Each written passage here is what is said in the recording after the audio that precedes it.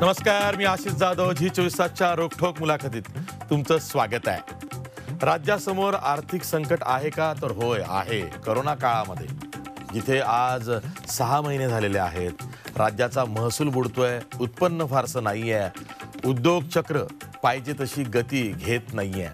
अशा वेळी केंद्र सरकारकडनं GSTची जी नुकसान भरपाई आहे, त्यातली जी तूट आहे ती भरून काढण्यासाठी किंवा त्या तुटीचा जो परतावा आहे तो देण्यासाठी टाळाटाळ होते. उलट राज्य सरकारांना सांगितलं जातं आहे की तुम्ही 2 पर्यायांचा विचार करा.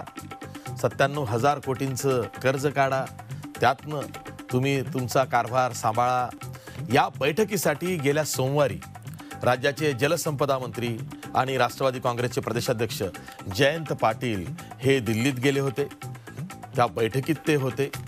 बिगर भाजप शासित राज्यांनी जी भूमिका घेतली त्याच्या परस्पर वेगळी भूमिका महाराष्ट्र सरकारने घेतली आणि इतर जी 21 राज्य आहेत जे म्हणतायत की होय 97,000 कोटी रुपये उभारणे म्हणजे कर्ज उभारणी आम्ही करू शकतो, तो पर्याय आम्ही स्वीकारू शकतो, त्याला होकार देऊन आलेले आहेत. अशा वेळी राज्यासमोरचं जे आर्थिक संकट आहे ते आता कर्ज उभारणी शिवाय दूर होऊ शकत नाही अशी परिस्थिती निर्माण झालेली आहे. त्याचबरोबर महाविकास आघाडी सरकारमध्ये समन्वय जर का असेल तर हे सरकार स्थिर आहे, मग प्रशासन गतिमान का नाही असेही प्रश्न विचारले जात आहेत. या एकूणच अनेक प्रश्नांवरती चर्चा करण्यासाठी आज आपल्यासोबत खुद्द जयंत पाटील आहेत. सर, G24च्या या मुलाखतीत तुमचं स्वागत आहे. पहिला प्रश्न मी प्रास्ताविकात सविस्तरपणे मांडला आहे तो हाच आहे. नमस्कार. की GST संदर्भातला जो तोडगा आहे जो केंद्र सरकार काढू पाहत आहे त्याला राज्य सरकार सुद्धा संमती दर्शवत आहे. नेमके काय पर्याय आहेत आणि GSTचा जो परतावा किंवा तूट भरून काढण्यासाठी कर्ज उभारणी करण्याचा जो पर्याय पुढे आलेला आहे त्यावरती राज्य सरकार महाराष्ट्र सरकार का विचार करत आहे?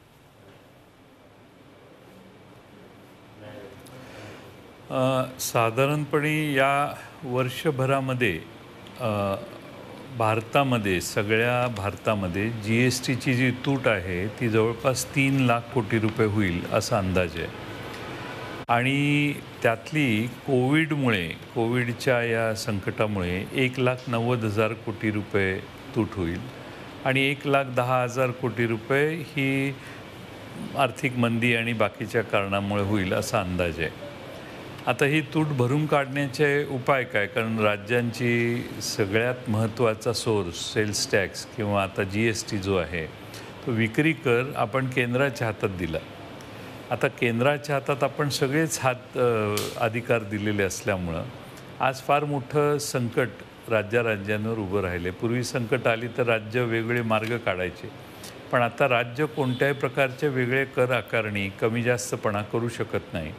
आणि त्यामुळे GSTच्या कायद्याने आपण सेंट्रल काउन्सिलला गव्हर्नमेंट ऑफ इंडियाने जे काउन्सिल फॉर GST स्थापन केले त्यांना अधिकार दिलेले आहेत. आणि त्यामुळं राज्यांची तशी मी त्यावेळी टीका करत होतो की राज्यांची स्वायत्तताच आपण हरवून बसलेलो आहोत, आर्थिक स्वायत्तता. आता 3 लाख कोटी रुपयाचा देशात तूट होणार आहे. त्यातली 1,10,000 कोटी रुपयाची जी तूट नॉन कोविड म्हणजे कोविडशिवाय कारणामुळे झालेली आहे ती भरून काढण्यासाठी कर्ज उभा करायला देणे हा एक पर्याय आता अनुसरायला जातो आहे. आणि दुसरा उरलेली जी 1,90,000 कोटीची तूट होण्याची शक्यता आहे तिचा परतफेड करण्यासाठी भविष्यकाळामध्ये काही कालावधी पुढचा वाढवून देऊन त्या कालावधीत केंद्र सरकारने ती परत द्यावे असं परवा GST काउन्सिलच्या मीटिंगमध्ये देशातल्या सगळ्या अर्थमंत्री आणि केंद्रीय अर्थमंत्र्यांनी ठरवलं. सर, काही टीकाकारांचं असं म्हणणं आहे की 97,000 कोटी रुपयांच्या कर्ज उभारणीचा जो प्रस्ताव स्वीकारला चाललाय महाराष्ट्र सरकारकडनं तो स्वीकारत असताना जी इतर बिगर भाजप शासित राज्य आहेत त्यांच्यासोबत आपण साथ देत नाही आहोत, उलट भाजपच्या राज्यांबरोबर आपण साथ देतो आहोत. तर यामध्ये तिन्ही पक्षांचं एकमत आहे का अशा निर्णयापर्यंत येण्यापर्यंत? नाही, असं आहे की 2 वेगळे पर्याय समोर आहेत आणि त्या पर्यायामध्ये जोपर्यंत उभा केलेल्या कर्जाला केंद्र सरकार परतफेड करण्याची जबाबदारी घेत आहे व्याज आणि मुद्दला सकट. समजा आपण कर्ज उभा केलं 3 वर्षाचं 4 वर्षाचं, तर केंद्र सरकार जर त्याची परतफेडीची जबाबदारी घेत असेल तर मला वाटत नाही की त्याच्यात आता शेवटी असं आहे की याच्यात राजकारण करण्याचा फारसा वाव नाही आणि अर्थही नाही. कारण आर्थिक संकट हे कोरोनाच्या नंतर आलेलं फार मोठं संकट आहे. त्यामुळे केंद्र सरकारशी भांडणं जस्ट बिकॉज आपण केंद्राच्या वेगळं सरकार आहोत म्हणून याची आवश्यकता नाही. कारण केंद्रालाही त्यांचे प्रश्न एवढे जटिल त्यांनी करून ठेवले आहेत स्वतःचे वेगळ्या चुकीच्या निर्णयाने, की त्यामुळे त्यांच्याशी वाद घालण्यापेक्षा मार्ग कसा काढायचा आणि राज्य सरकारची पावलं कशी पुढे पडतील हे बघण्याचा प्रयत्न करणं स्वाभाविक आवश्यक आहे. त्यामुळं कोणाला साथ द्यायचा न द्यायचा प्रश्न नाही, तर आपले जे शॉर्टेज झालेलं आहे ते भरून कसं काढायचं, त्यासाठी लवकर पैसा कसा उभा करायचा आणि त्यासाठी कर्ज उभा करून त्याची जबाबदारी जर केंद्र सरकार घेत असेल व्याज आणि मुद्दला सकट, तर मग त्याच्यात फारसे आडेवेडे घ्यायची आवश्यकता नाही असं आम्हाला आज वाटते. शेवटी दुसरे जे ऑप्शन्स आहेत ते अजून अवघड आहेत.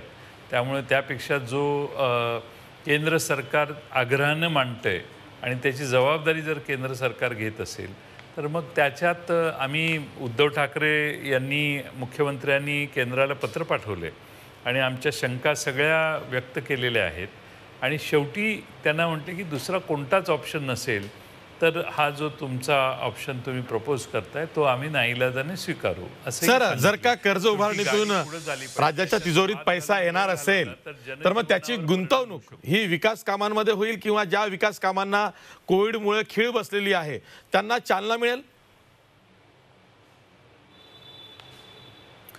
नाही, आता राज्यांच्या समोरचे प्रश्न असे आहेत की आपल्याकडे पगार 12-12.5 कोटी रुपये जर महिन्याला द्यावा लागत असेल आणि आपल्याला तेवढेच पैसे गोळा होत असतील तर आज तर फार अवघड परिस्थिती आहे.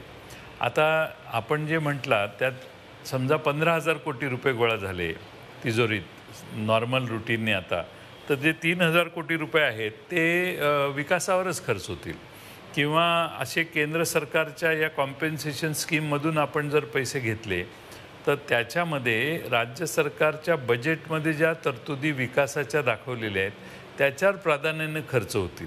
त्यामुळे जो पैसा अतिरिक्त उभार केला जाईल तो राज्याचं जे बजेट आहे त्या बजेटप्रमाणे खर्च होईल. सर, राज्याचं जे उद्योग चक्र थांबलेलं आहे ते काही केल्या धावत नाही आहे. आता कोरोनाची झळ थोडीशी कमी होते आहे. गेल्या 7-8 दिवसांचे जे रिपोर्ट्स आहेत त्यावरनं दिसतंय की जो पीक वाढला होता तो काहीसा कमी झालेला आहे. तुम्ही कसं बघताय हे जे उद्योग चक्र आहे हे कधी सुरळीत होईल किंवा निदान थोडं तरी धावेल पुढच्या काळात?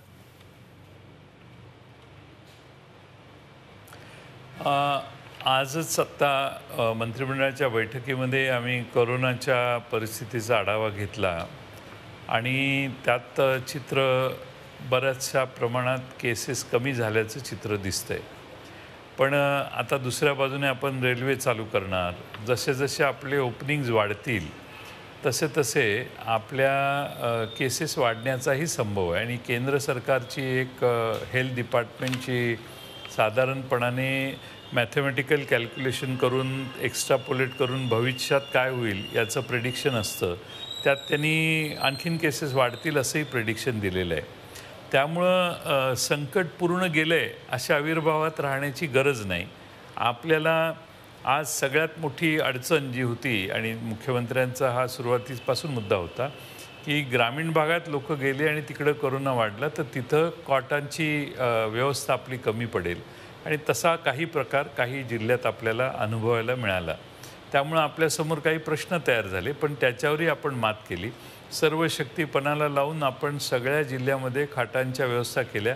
आज खाटा बऱ्यापैकी आहेत मोकळ्या अशी परिस्थिती अनेक जिल्ह्यात आज निर्माण झालेली आहे आणि एक 10 जिल्हे असे आहेत की ज्या जिल्ह्यामध्ये ही संख्या बऱ्यापैकी जास्त होती ती हळूहळू आता कमी यायला लागली आहे.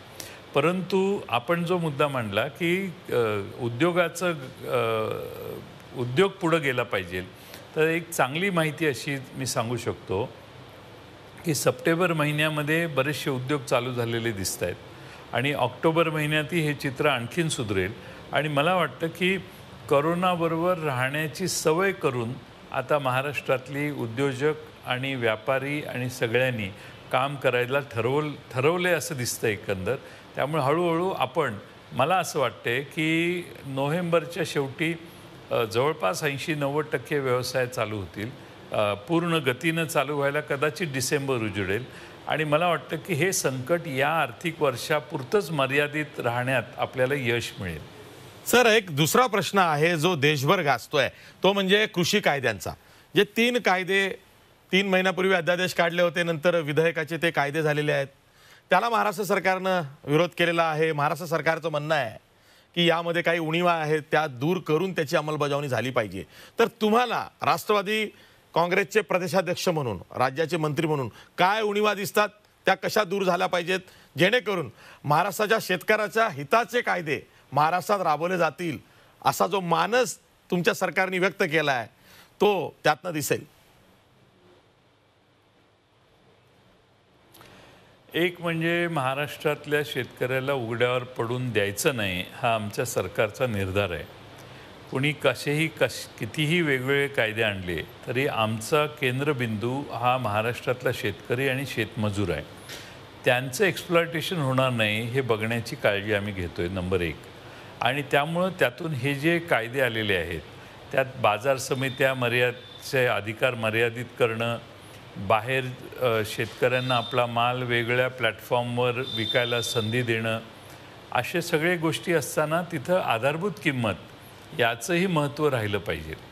आणि जर शेतकऱ्याच्या आधारभूत किमतीला धक्का लागला तर मात्र महाराष्ट्रातली आणि देशातली शेतकरी सहन करणार नाहीत.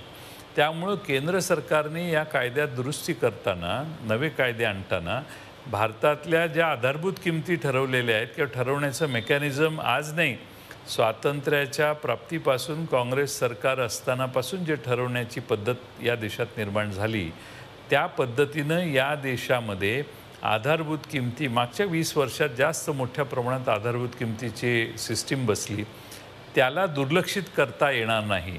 आता दिल्लीच्या एखाद्या कंपनीने नाशिकमधून समजा कांदा खरेदी केला आणि तो खरेदी करताना आधीच कॉन्ट्रॅक्टिंग केलेलं असेल आणि त्या शेतकऱ्याला सगळीकडे ज्या दराने आधारभूत किंमत आहे त्यापेक्षा खाली जाऊन त्याने कॉन्ट्रॅक्ट केलं आणि त्याला थोडासा ॲडव्हान्स त्याने देणार, त्याच्यासाठी त्या बिचाऱ्या शेतकऱ्यांनी हे केलं, तर आधारभूत किंमत त्याला मिळाली पाहिजे. ही सिस्टीममध्ये काळजी करण्याची गरज आहे. आता शेतकरी हा बराचसा नडलेला असतो, वाढलेला असतो, कुठं त्यांना कर्ज मिळत नसतं, काही प्रश्न असतात. त्याचं एक्सप्लॉयटेशन खाजगी लोकांनी करू नये. आता आजपर्यंत याची काळजी घेण्याचं काम बाजार समित्या घेत होत्या. बाजार समित्याची बाजू घेतोय असा मुद्दा नाही आहे. शेवटी आपलं ध्येय, बाजार समित्यांचंही ध्येय हे शेतकऱ्याच्या हिताचं संवर्धन व्हावं, त्यांच्या हिताचं संरक्षण व्हावं हेच आहे. आणि बाजार समितीमध्ये एखादा शेतकरी आपला माल घेऊन आला तर त्या आधारभूत किमतीच्या बाबतीत काळजी घेतली जायची. आता एखाद्या तालुक्याची किंवा जिल्ह्याची बाजार समिती असेल तर त्या जिल्ह्यातल्या कोणत्याही ट्रान्झॅक्शनला बाजार समितीच्या मध्ये ते ट्रान्झॅक्शन झाले असं समजून सेस लागायचा. पण आता ती सगळं बाजूला गेले. राज्य सरकारच्या मधल्या काही धोरणांनी देखील काही सुधारणा आपण त्या कायद्यात करण्याचा प्रयत्न यापूर्वी मागच्या काही वर्षात झाला. आता केंद्र सरकारने कायदा केला आहे, त्यात बाजार समित्या मर्यादित हक्काच्या ठेवलेल्या आहेत आणि बाजार समितीच्या बाहेरच्या ट्रान्झॅक्शन्सला फार मोठी सवलत देण्याचं काम केलेलं आहे.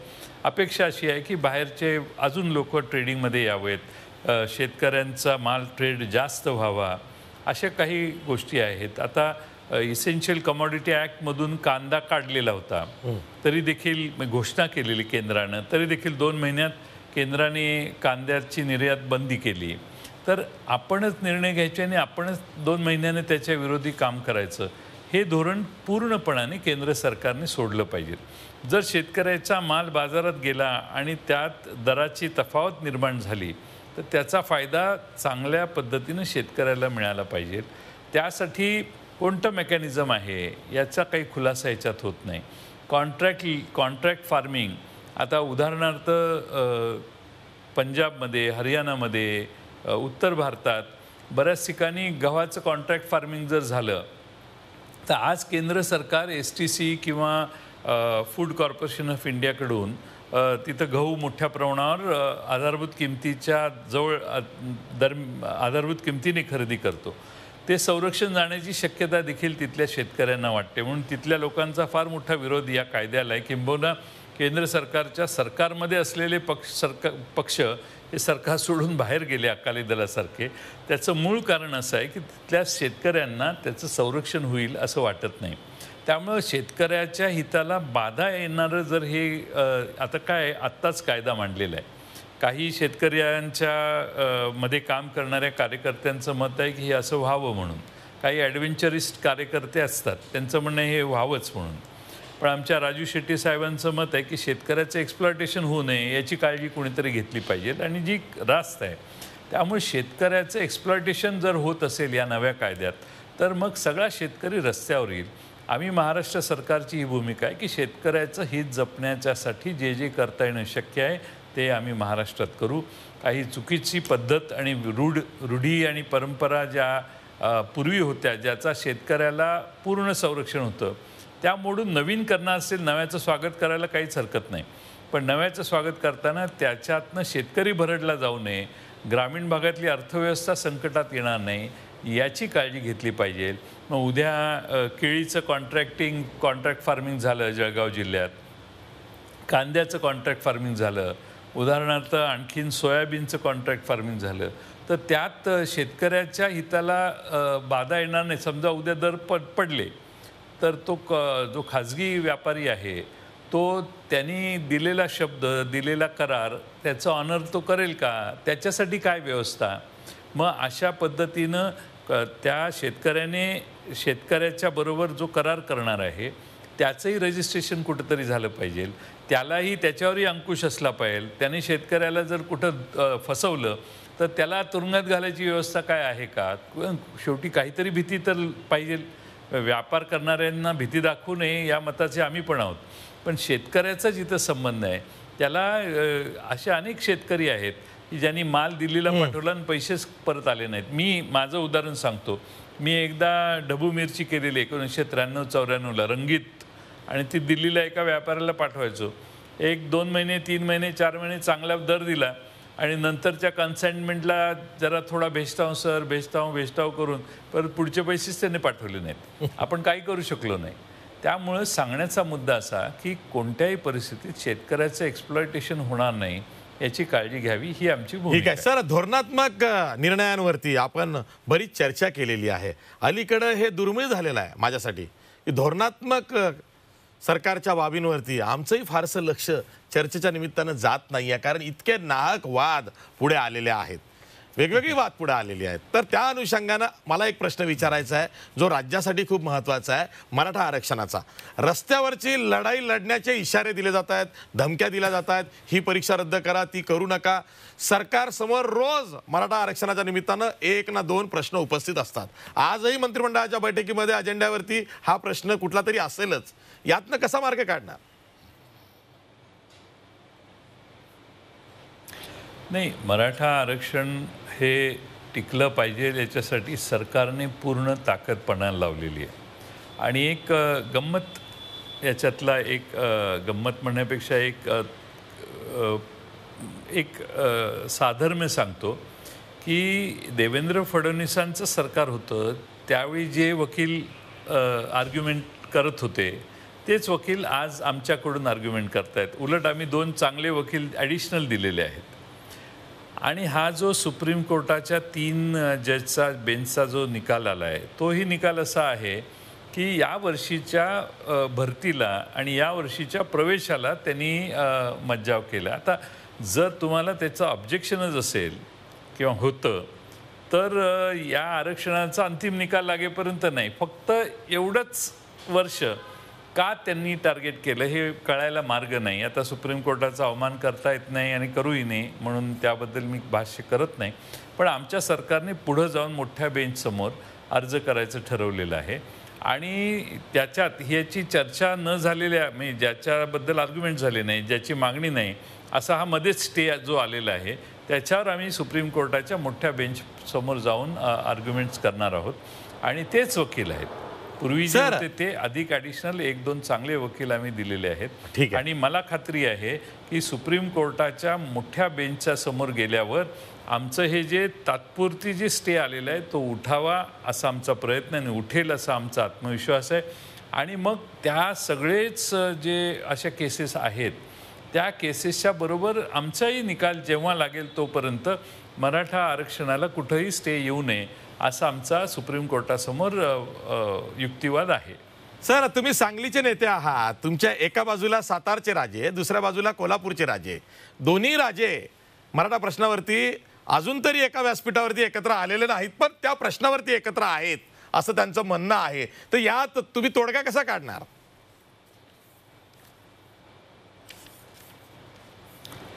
तोडगा मराठा प्रश्नावर काढायचा का राजांच्या? राजांमध्ये कारण दोन्ही राजे आले आहेत. दोन्ही माझे मित्र आहेत. त्यांचं काय त्यांच्या परीनं ते बिचारे प्रयत्न करत असतात. मी त्यांच्याविषयी काही बोलत नाही. शेवटी असंख्य कार्यकर्ते या समाजातले प्रयत्नशील दिसत आहेत आणि आपापल्या परीनं काही सुप्रीम कोर्टात गेलेले आहेत, आपापल्या परीने आर्ग्युमेंट करत आहेत. सगळ्यांचीच भूमिका आणि इतर समाज जे मराठा समाज सोडून इतर समाज आहेत त्यांची भूमिका अशी आहे की जे आरक्षण दिलेलं आहे ते त्यांना मिळावं. त्यामुळं कोणाचा फारसा विरोध मला आज तरी दिसत नाही. फक्त सुप्रीम कोर्टात 3 बेंचच्या समोर असा निकाल का लागला हे कळायला मार्ग नाही. आज त्याच्यावर बोललं तर मी बोललो तर प्रचंड वाद तयार होईल, परंतु पुढं कधीतरी याच्यावर मी नक्की भाष्य करेन.